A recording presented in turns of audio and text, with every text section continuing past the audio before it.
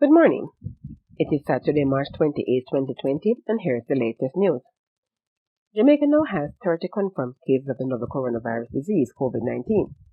This announcement was made by Health Minister Dr. Christopher Tufton during a press conference at Jamaica House yesterday.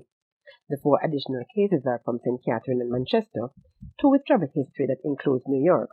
The other 2 confirmed cases have no travel history, but are said to have been in contact with persons from other countries, including Canada. The 4 were all males. And Jamaicans woke up to the news this morning that singer-songwriter Andi OD, more popularly known as Bob Andi, has died. Bob Andi was not only a legend in the music industry, but he crossed genres to act in such films as Children of Babylon and The Mighty Queen. According to the Jamaica Film and Television Association JAFTA, he'll be missed, but his work lives on. Bob Andi was 75 years old. Meanwhile, an outpouring of love for the late singer, actor, songwriter has come out from the music and television industries from such greats as Marcia Griffiths, who confirmed his death while speaking with the Jamaica Observer from her Florida home. She said tearfully it was just yesterday that she did a video call with him. While Leroy Sibley, another reggae icon, tweeted, "Condolences to the family of my good brethren, #Bob Andi, rest in peace." And according to IJCHR, lead and constitutional attorney Dr. Lloyd Barnett, in an interview with the Jamaica Observer, the government has, quote, ignored, unquote, steps outlined in the Charter of Rights and how to safeguard individual rights while responding to a public health emergency. According to Dr. Barnett, quote, the government can start with a declaration which states that there's an emergency period of 14 days and then go to Parliament and extend it for upwards of 3 months at a time. And each of those extensions require 2/3 majority of both houses of Parliament, end quote. Speaking of 14 days, today is the day that the people of Bull Bay, specifically the 8 and 9 miles communities, wake up to freedom. The communities have been under quarantine for the past 11 days after the first case of COVID-19 was confirmed in a woman who attended a funeral in that community. According to the GIS News, the government has made the decision not to extend the quarantine. However, Chief Medical Officer Dr. Jacqueline Bisesa states that the community will remain under surveillance for the next 4 weeks.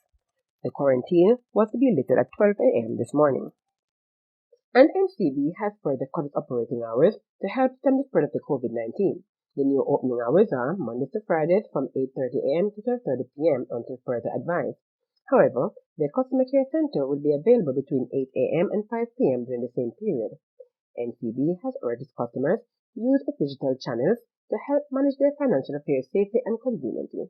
Additionally, the company's ATMs are open 24/7 at branch locations island-wide and can intelligently process checks and cash deposits along with payments of credit card and utility bills. And in international news, according to BBC News, a cruise ship carrying more than 1,800 people is in a race to transfer healthy passengers to another ship after 4 persons died and 2 others tested positive for COVID-19. The ship was trying to sail to Florida. However, the Panamanian authorities have said that no vessel with confirmed COVID-19 cases on board can pass through the Panama Canal. This is an ongoing story. And U.S. President Donald Trump has signed a $2.2 trillion stimulus package to provide payments to most Americans and to rescue businesses affected by the COVID-19. According to Mr. Trump on Twitter, "I just signed the CARES Act, the single biggest economic relief package in American history, twice as large as any relief bill ever enacted. At $2.2 trillion, the bill will deliver urgent and needed relief for our nation's families, workers, and businesses," he tweeted.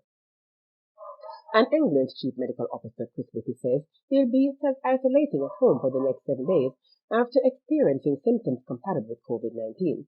There are now 17,089 confirmed cases of COVID-19 in the UK, with 1,019 persons dying after testing positive for the disease. And that was News in 5, brought to you by Omega News, your ultimate source for news story in Jamaica and its environs. We will continue to update you on these and other stories as more details are made available. Please don't forget to share this broadcast with your friends and family.